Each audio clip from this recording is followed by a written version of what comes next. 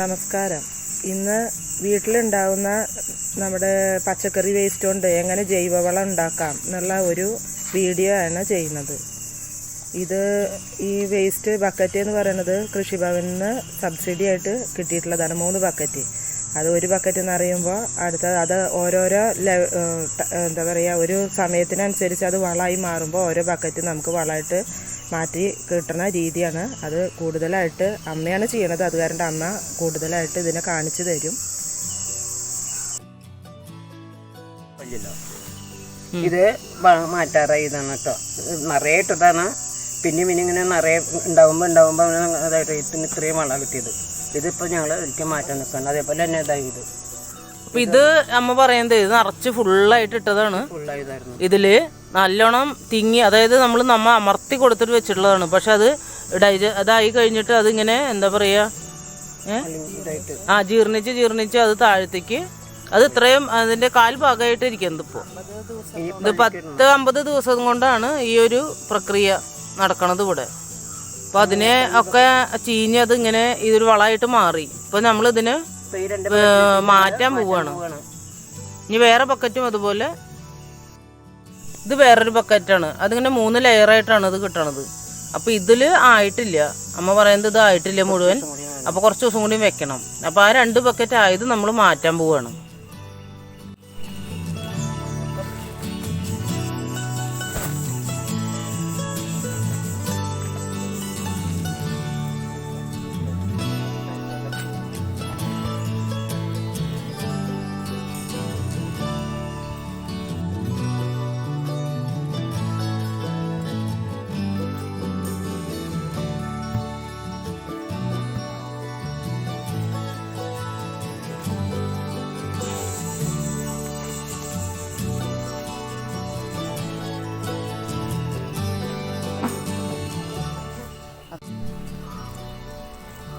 ഇതൊന്ന് വലിഞ്ഞു കഴിഞ്ഞ് ഈ വെള്ളമൊക്കെ വറ്റിയ നല്ല പൗഡർ പോലെ ആവണത്.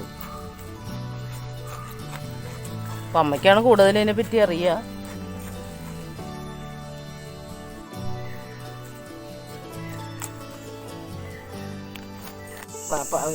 ഈ ബക്കറ്റും ഇതുപോലെ നിറഞ്ഞിരിക്കുന്നതാണ്. ഇതും അതുപോലെ തന്നെ ചെയ്തു വെക്കണത്. ഇത് രണ്ടും ആയതാണ്. അപ്പം ഇത് രണ്ടും നമ്മൾ മാറ്റാൻ പോവാണ്. എന്നിട്ട് പുതിയ വേസ്റ്റ് ഇതിൽ നിറയ്ക്കാൻ പോവാണ്.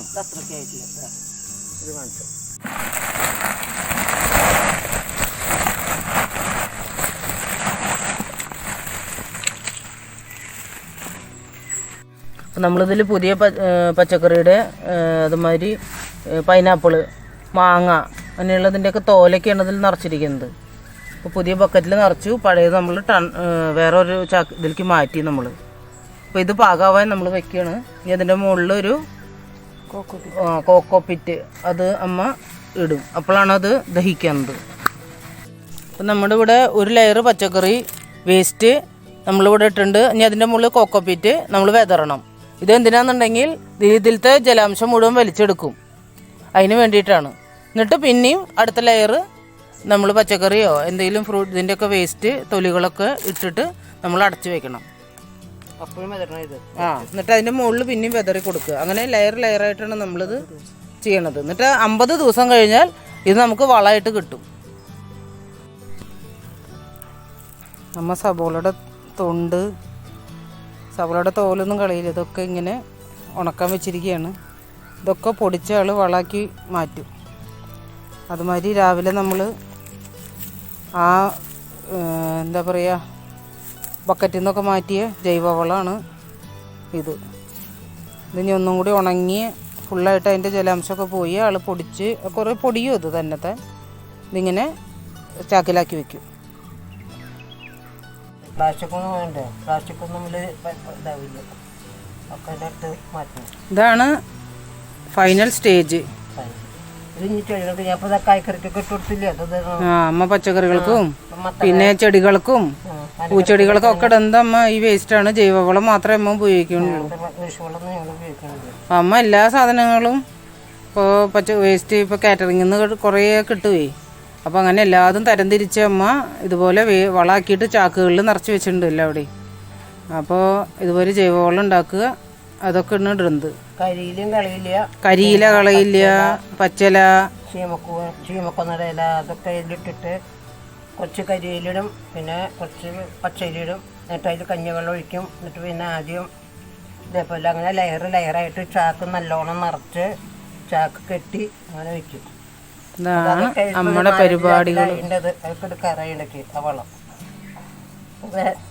കഴിഞ്ഞ ഇതിൽ കാണിച്ചു അവരിങ്ങനെ എടുത്ത് കാണിച്ചു വെക്കും. ആ വെള്ളം ആ ചാക്കുന്ന കഴിക്കാറുണ്ട്.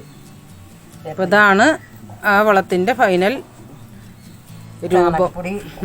ചാണകപ്പൊടി പോലെ തന്നെ ഇരിക്കുന്നത്. ഇപ്പോൾ ചാണകപ്പൊടി കിട്ടാനില്ലല്ലോ. അപ്പോൾ ഇങ്ങനെ വളങ്ങൾ ഉണ്ടാക്കിയിട്ടാണ് ഇപ്പോൾ പച്ചക്കറിക്ക്. പിന്നെ അതെടുക്കുമേ ചായലച്ചണ്ടി ചെടികൾക്കും ഇതൊക്കെ ഉണ്ട്. ഇത് കരുന്നെങ്കിൽ ചായപ്പൊടി ഉണ്ടാക്കുമ്പോൾ ചായപ്പൊടികൾ അത് സൂക്ഷിച്ച് അമ്മ ചായയുടെ പൊടി ഉണക്കി സൂക്ഷിച്ചിട്ടുണ്ട്. അങ്ങനെയത് നിറച്ച് ചായപ്പൊടി, ചായയില എന്താ പറയുക കൂട്ടിക്കലർത്തിട്ട് അതിലിടും. മണ്ണിൽ കൂട്ടിക്കലർത്തി അതും ഇടും.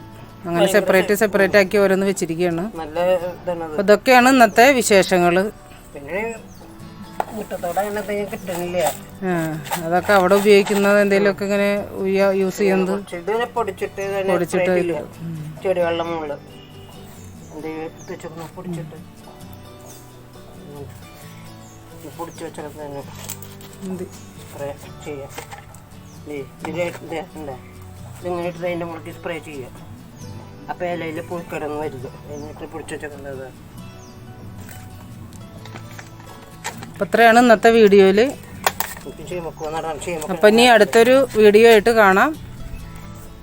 അമ്മ നമസ്കാരം പറയൂ. നമസ്കാരം. അടുത്ത വീഡിയോ തുടങ്ങിയിട്ട് ഇടാം. അപ്പം ഇന്നത്തെ അവസാനിച്ചു.